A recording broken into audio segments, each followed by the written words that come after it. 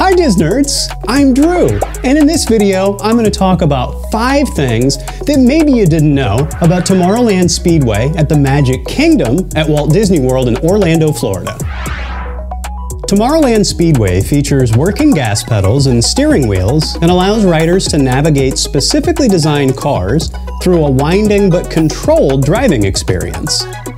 The ride was an opening day attraction at Magic Kingdom when the park opened in 1971. Racers who are at least 54 inches tall can drive their own gas-powered race car. Guests who are at least 32 inches tall may also drive their own cars as long as they are accompanied by somebody who is at least 54 inches tall. So even some of Disney's shortest guests can get in on the action. If you like videos like these, we'd invite you to strike that like and subscribe for more. And now let's talk about some Tomorrowland Speedway trivia that you might not know.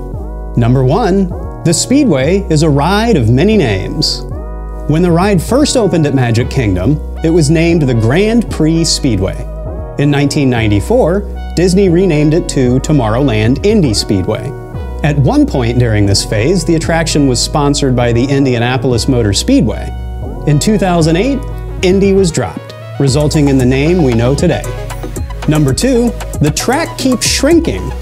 The track of the Speedway has been shortened 3 times. On opening day, the track was more than 3,000 feet. The attraction saw its length reduced for the first time in 1974 to make room for Space Mountain. An even larger section was removed to make room for Mickey's Toontown Fair sometime in the late 80s. In 2012, it was again shortened to make way for Dumbo the Flying Elephant. Overall, the current attraction has lost more than 1/3 of its original length. Number 3, the Speedway once raced all around the world. Tomorrowland Speedway has other versions in Disney parks around the world. The original attraction launched as Autopia in Disneyland in California, which shares its name with a version of the ride in Disneyland Paris. Hong Kong Disneyland had its own version of Autopia, while Tokyo Disneyland Speedway was branded as the Grand Circuit Raceway. However, both of these have since closed to make room for new attractions. Number 4, the Speedway sometimes gets festive. The folks at Magic Kingdom aren't afraid to get fancy with the Speedway. At special events such as Mickey's Very Merry Christmas Party, Tomorrowland Speedway has been decked out with colorful lights and holiday music.